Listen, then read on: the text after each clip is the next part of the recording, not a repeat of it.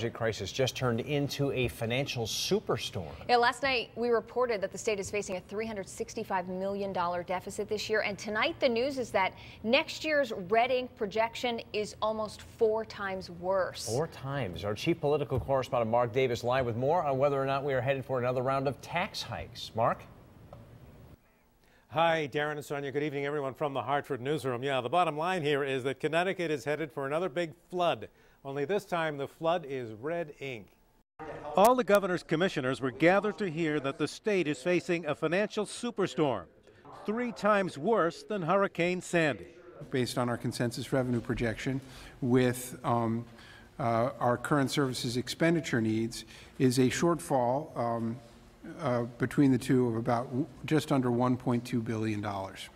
An explosion in Medicaid expenses is driving most of the increased expense, with thousands more Connecticut residents seeking medical help because they no longer have insurance. After the first quarter of our budget year, what we're anticipating is about a $252 million expenditure over our budget. Most of that is Medicaid. And the news for state government gets even worse. A major financial research firm has rated Connecticut dead last in the nation for credit quality, noting home prices here in the past year fell more than anywhere else. Almost 15,000 jobs were lost, highest per capita debt in the nation, and the state is very vulnerable to federal budget cuts. The governor continues to say he doesn't intend to raise taxes. I have no intention of raising taxes. Why do you keep saying I have no intention? Why don't you say I promise or I pledge not to raise? I almost lost an election because I wouldn't do that.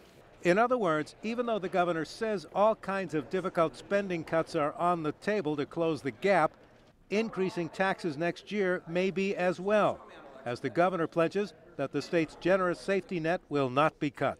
If I had the choice of cutting every person over the age of 80 and throwing them out of a nursing home, would I potentially then have to consider raising taxes? Of course I would. But the governor doesn't have too many options here. He can't lay off state employees because the big budget concession deal with the labor unions the year before last guarantees no layoffs. He says he'll have some sort of a plan ready within about 3 weeks, or he says a few weeks. I guess that's 2 or 3 weeks.